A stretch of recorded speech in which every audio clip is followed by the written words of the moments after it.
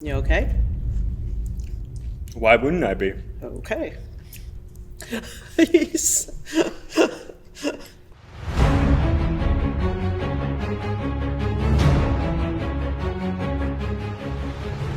Hey, what's going on, everybody? Owen and Eli are both still recovering. So for Poster Club, I'm Nick Briner. And you're watching Warm Ones. It's a show with warm questions and even warmer wings. Today I'm joined by Miss Patman. She's been working with Seattle Public Schools for over 27 years as a Spanish teacher, before which she attended UC Santa Cruz for a bachelor's in biology, and then Seattle University for a master's in teaching. She was in the US Peace Corps twice, first in Fiji as a high school biology teacher, and then as a special assignment volunteer on the coast of Ecuador. Miss Patman, welcome to the show. Thanks. How are you with warm cuisine? I love spicy food.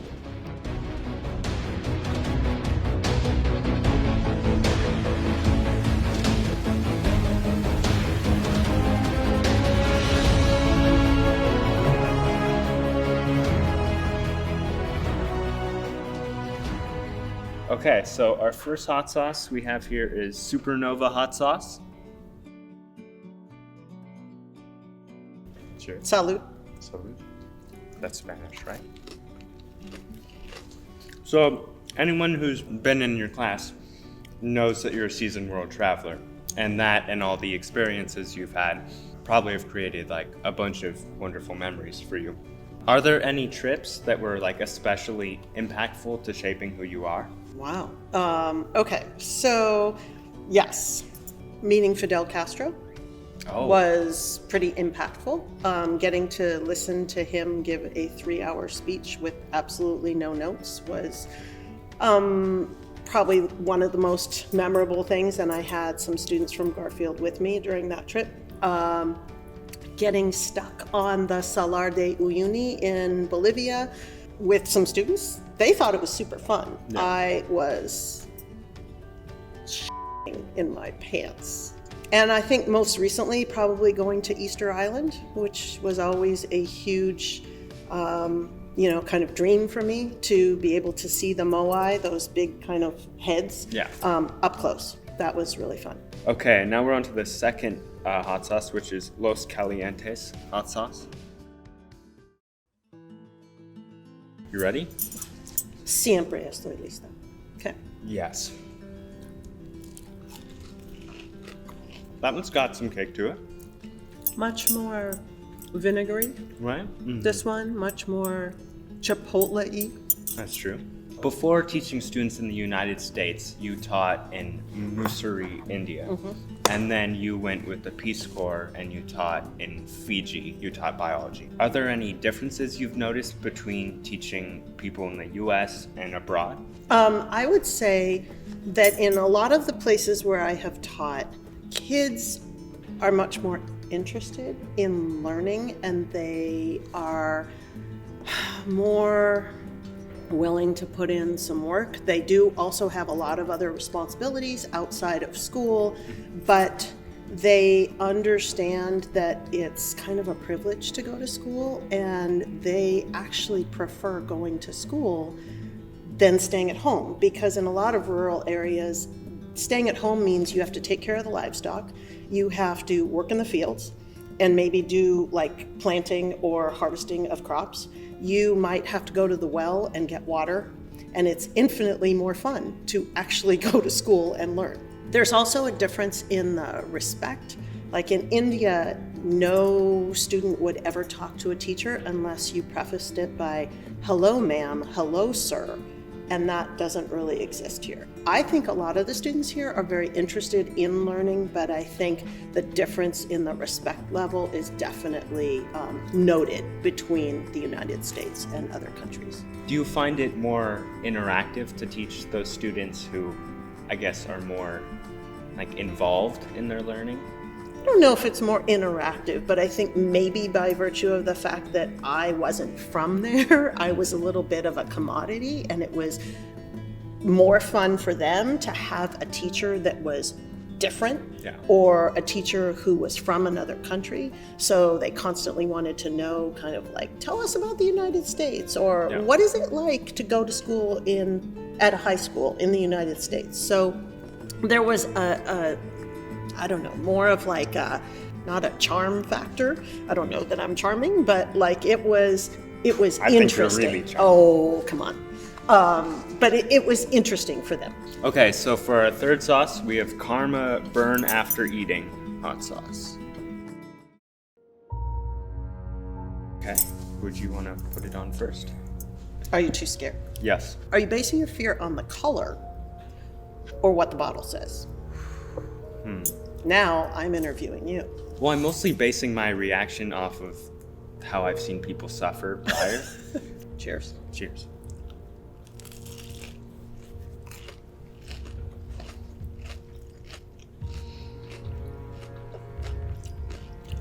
Uh-oh. I don't taste spice. Uh-oh. I mean, if they offer water, you know. Okay. Not that I need it. You okay? How about you? I'm fine. Anyone who's stepped foot in your classroom, oh my god, knows that you're an avid collector, and you collect peeps and you have them in their classroom. Can I ask why? Okay, this is getting really personal. There's a lot of people who want to know the answer to this. You realize that? Okay. Dude. So I'm going to make this very brief. Let's just say that probably about 25 years ago, I had a friend who I was teaching with at Garfield. Mm-hmm. She used to have this spring party where it was like an egg toss and it was an egg decorating party, and she always would make a cake and it would always have peeps on it. Okay, so we're at this party, and somebody amongst the 50 or so people that were at this party made some comment, and it could be a complete urban myth. Who knows? Yeah. But she announced that peep eyes do not dissolve in anything. And I'm thinking, oh my God, all those peeps I ate as a kid. My mom used to give my sister and I peeps all the time. And I'm thinking, okay, this is a horrible image, but like all those little peep eyes are just like in my stomach forever? Probably not, but it just felt really weird. And so we did a little bit of cursory Googling, and there was a website, and I believe you could probably, maybe guys could get Orsino on here, but this website basically had done every experiment they could possibly do on peeps. Oh. They put them in a vacuum, they put them in hydrochloric acid, they put them in every single solvent you could imagine to see what would happen to peeps. And I was fascinated by that. And that is where the peeps started. Are you a fan of peeps, or is this more the fascination? Well, so when I was a kid, my mom used to give us peeps all the time. And I think I was too young to pretty much understand what's in a peep. Yeah. Now, I don't know that I really want to be eating peeps, especially now that I potentially know that peep eyes don't dissolve in anything. Okay, so this next sauce is Hellfire hot sauce. Not because I'm stalling. But You want me to go Do you want to first? put this first? Yeah, Sure. just because I'm a gentleman. Oh, you're que caballero. I'm going to be an old lady and say that I can't even read the ingredients because it's too tiny. So I'm hoping it doesn't have peep eyes inside. All right, here we go. Ready? Sacapuntas? Oh, okay. Spanish. Do you know what you just said? I think it's like, have a great day or something. You said hole puncher. Oh no, sacapuntos. I'm sorry. You Pencil said sharpener. pencil sharpener. Pantalones. That one has a little more flavor to it. Are you okay, Nick? Yeah. This is nothing. Okay. Okay. Okay. So this next segment on Warm Ones is called Explain That Graham. It's where we take a deep dive into our guests' pictures from our guests and try to get some more context. All right, what can you tell me about this picture? So that picture was probably, well, it was definitely pre-COVID. I think it was the last last Day of the Dead altar that we made in my classroom, maybe 2018. And I got this wacky idea that one of the things that happens a lot in Mexico during Day of the Dead is that people will paint their faces and do these really elaborate kind of costumes. And so I thought, well, this would be kind of fun. Maybe my students would be interested in like doing this. So I asked a couple of the students that were super artistic, and I said, what do you think about this idea? Like, would you be down to actually paint people's faces? And they were like, yeah. And then I asked a couple students, would you actually be down to walk around with your face painted all day?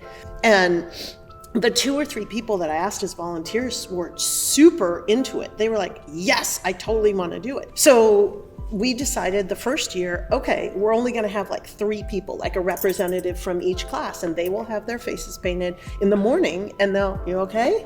Okay. And they'll walk around all day. Oh, yeah. And the next year, we kind of expanded it, and we thought, okay, we're not just going to do like students. We're going to get faculty involved. I think the best was probably the year that Couture and Wiener had their entire heads painted with like wavy lines, so it looked like their skull was hanging out. That was pretty slick. Yeah, I mean, it should be a bigger art form, like bald art. What can you tell me about this photo? That photo happens to be in the Peace Corps calendar, the International Peace Corps calendar this year for the month of September.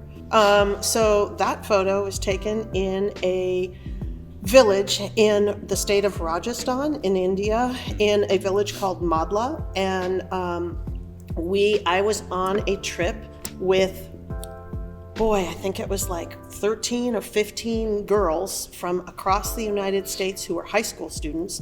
And I was the leader of the trip. And I didn't organize the trip, but I was the leader who had been in India before. And so I was the person that basically took them around and problem solved for them and dealt with how difficult it is to actually be in India, because you're seeing extreme beauty and extreme poverty and extreme sadness all at the same time. We went to that village and we stayed in that village for 3 days. And wow. The kids in that village really had never seen a lot of foreigners before, because it's in a state that's heavily touristed, but that particular area is very agricultural. And those kids were just like staring at us. Yeah. And one of the things I did in that village that was super fun for me is that I like to go to places and I like to involve myself in the local activities. Yeah. I don't want to kind of be there like, hi, I'm a tourist. I want to kind of experience, what is it like, to the best of my possible understanding, what is it like to live here? So that village had this huge water pump. Nobody wanted to go to the water pump. The kids all had to go because everybody carries the water on their head home. I asked the family that I was staying with, can I have one of those receptacles? And can I go get the water? Receptacles. Well, these are big metal receptacles. Oof.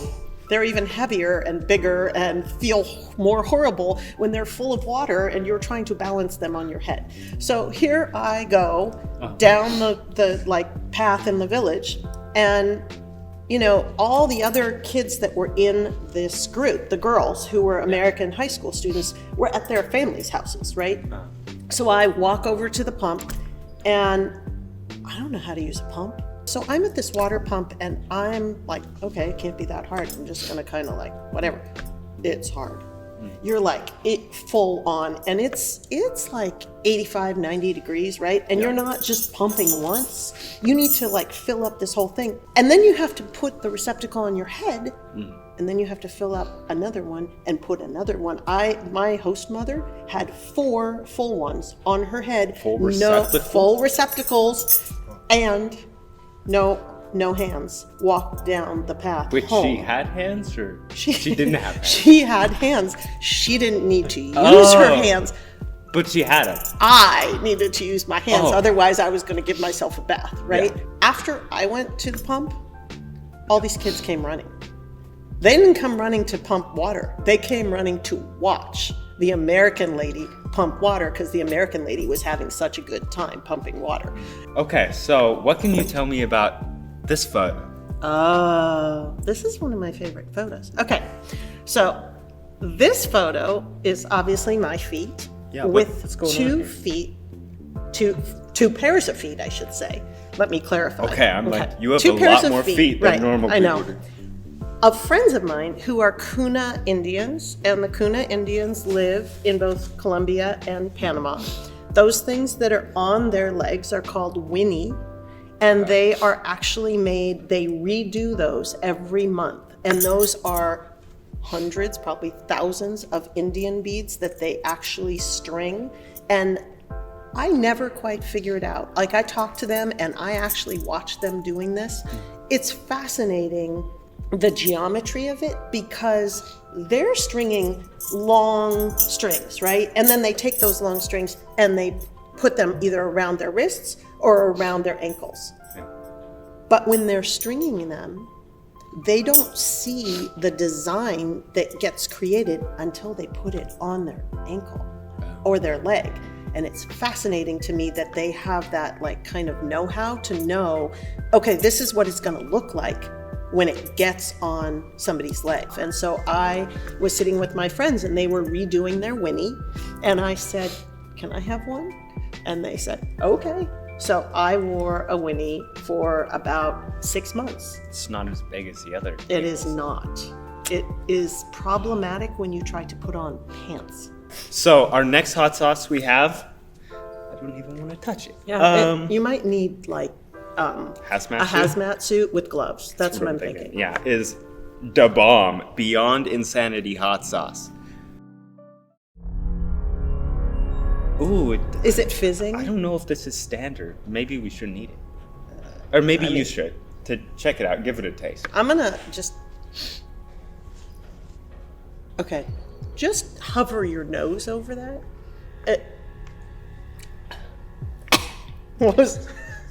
I'm gonna take just a little... How do you say receptacle in Spanish? Oh my God, recipiente, I guess? Ooh, I mean... I'm trying to I think what would be more useful would be to say, how do you say it's spicy in Spanish? It's like muy sacapuntas.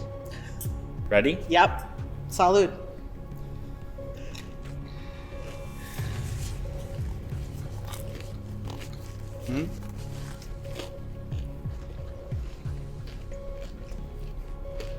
Nothing, huh? I'm not getting a whole lot. I mean, maybe it's gonna come after. You okay? Why wouldn't I be? Okay. He's... ¿Te ofrezco la leche? I'm good, thank you though. Muy sacapuntas. My God, it's not really affecting me.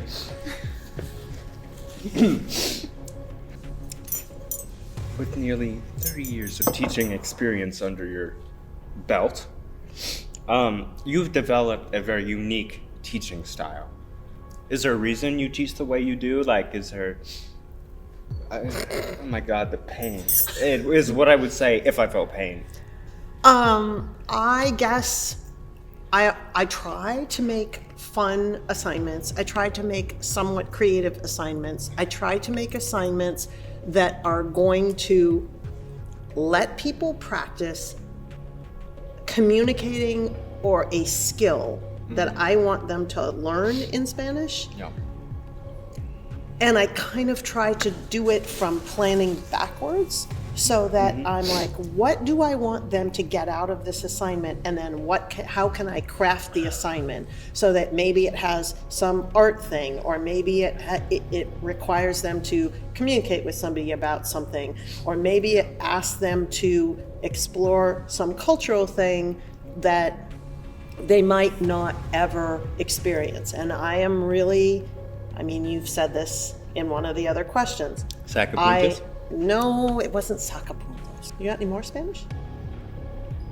Oui. Ay, Dios mío. Okay. Now we're on to the last stab.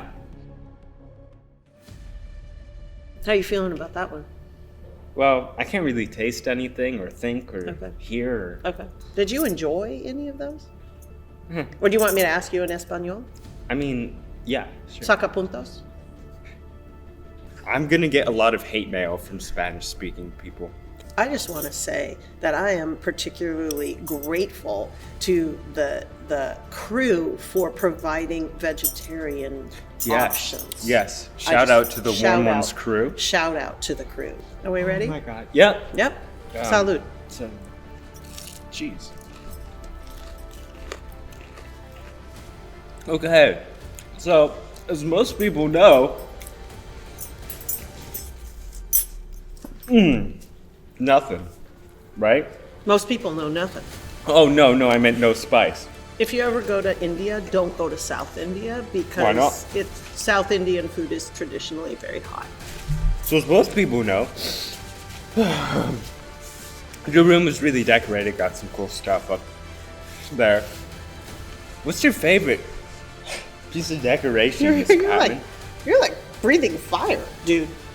Mm-hmm. Well, are we talking pre-COVID? Because I had to take a lot of stuff down that meant a lot to me. Yeah. So pre-COVID, I would have to say my favorite decoration in my classroom would be the Cuban flag that I got on one of my trips to Cuba. Yeah. I do love all my peeps. As in homies or like? I love all my peeps as in homies. I love all my peeps as in non... Shout out to Miss Patman's homies. Shout out to... Did you want to do that in Spanish? Don't say sacapuntos. Just don't. Just... Damn it. You know, sometimes there are words that are a little overused. Did you just roast my Spanish ability? No. Because my mom was the one who passed that final for me. Oh, in my class? No, I was just joking. Oops.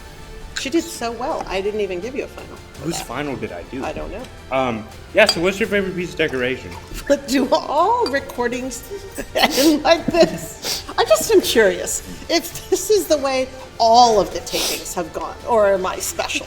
You want to know what my favorite decoration? I think it's my flag from Cuba, but it's now hanging in my house. Oh, you said that. Yeah, I did. Here we are at the end of the line, Miss Patman. Oh, what a run it's been. Now there's nothing left to do but roll out the red carpet. We have this camera, that camera, and this camera. Choose whichever one you want and take a moment to shout out any future events or anything noteworthy. Let the people know what you have happening in your life right now. Sacapuntos.